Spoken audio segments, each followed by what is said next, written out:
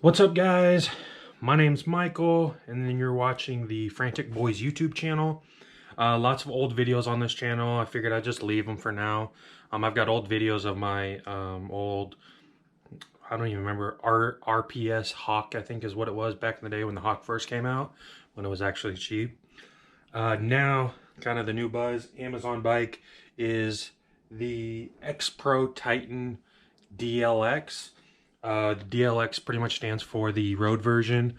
I'll go ahead and do a little walkthrough of the bike, but I know I've got other videos of this bike already, but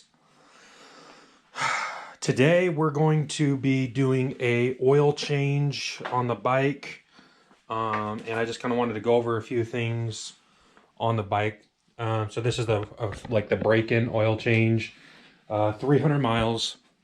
One thing I've had some people comment and ask a few things. One thing was about the horn. One thing was about the exhaust, and then about the oil change and how that's supposed to go and everything like that. So first thing I think I'll start with is the exhaust, because that's super simple. So let me grab a light, and then it'll be easier to... Pretty sure it's over here.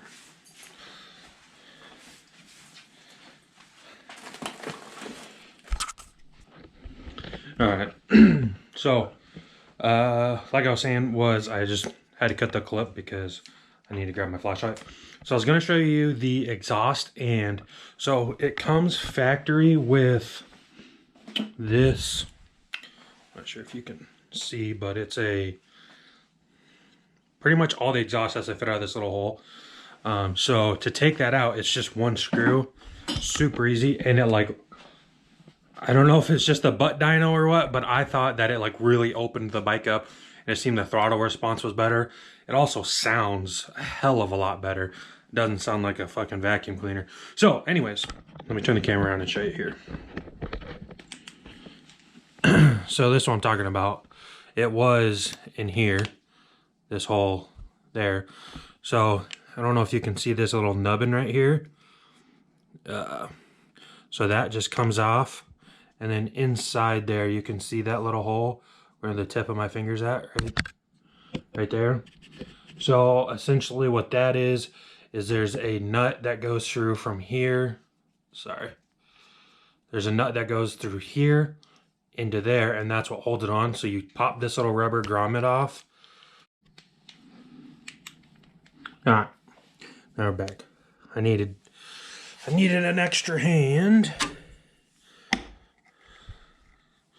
So you just pop this grommet off, and let me get closer here. Kind of see it's just a hole that goes in to the inside. That's what holds on the thing, but I already took it out.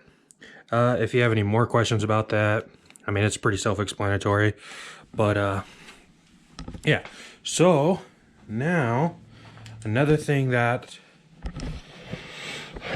people have been asking about was, how fast does it go, how big is the bike, etc. So I'm a bigger guy. I am 6 foot tall. I am fucking 280, 290 pounds. I mean, I'm a big boy. So at 250, I wasn't sure how I was gonna go, but dude, it's perfectly fine. So I've got, I can show you so I don't know if you can see with the camera or not, but the bike comes up to my hips, and I'm 6 foot. So sitting on it, because I'm a little heavier, it sags down a bit.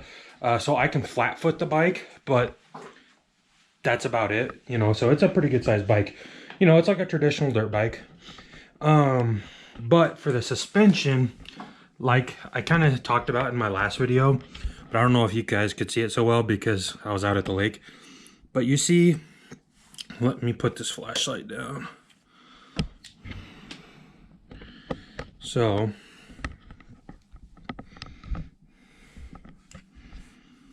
all that. So this collar was like way up here from factory.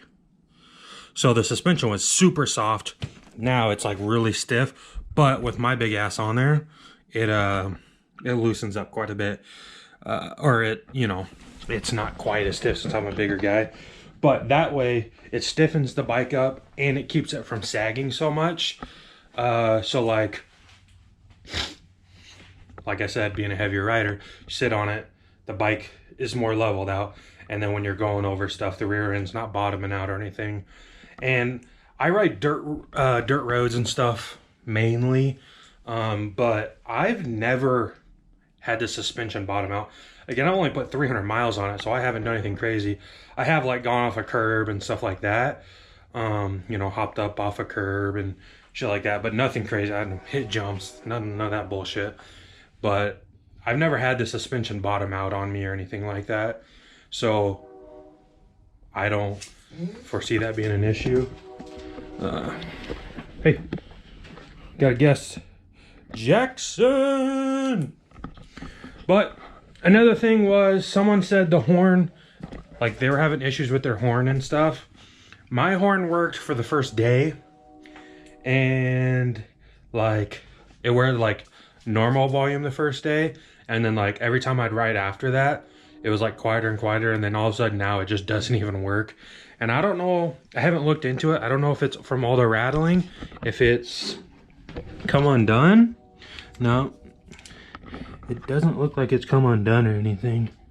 Looks like everything's, oh, well, looks like a screw's backing out on the back of it.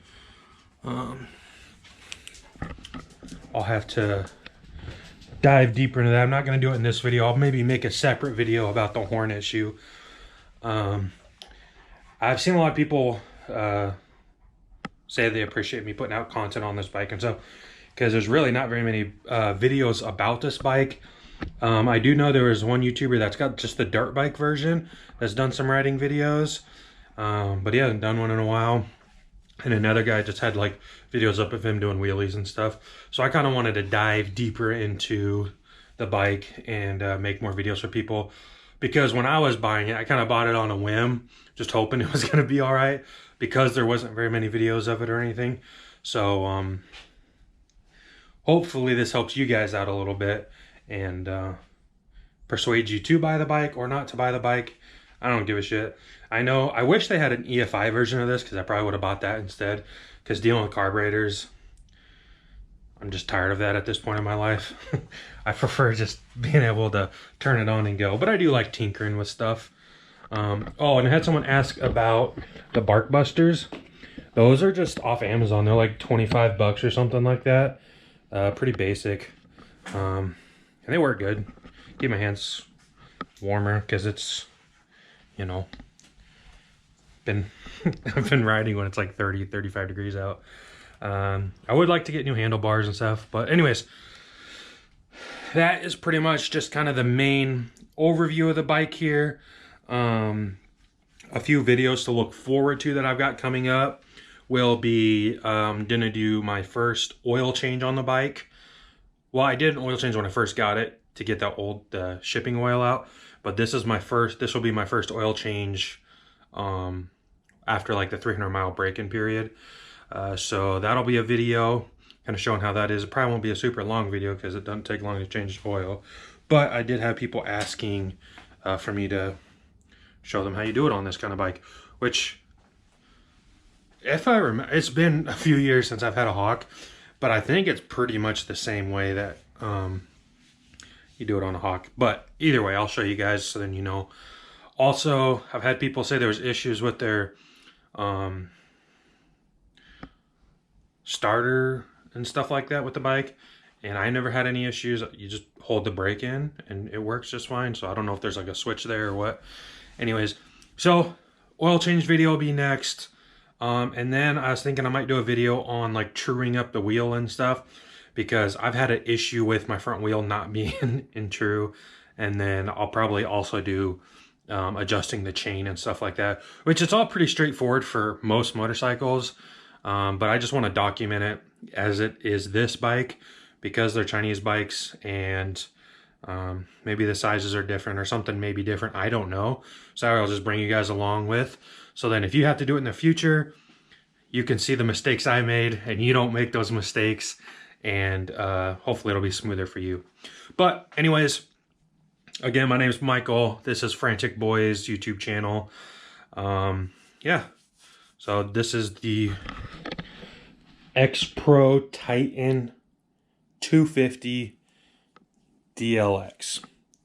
Stay tuned, and I'll definitely be having more videos come out soon. And say bye to the viewers, bubs.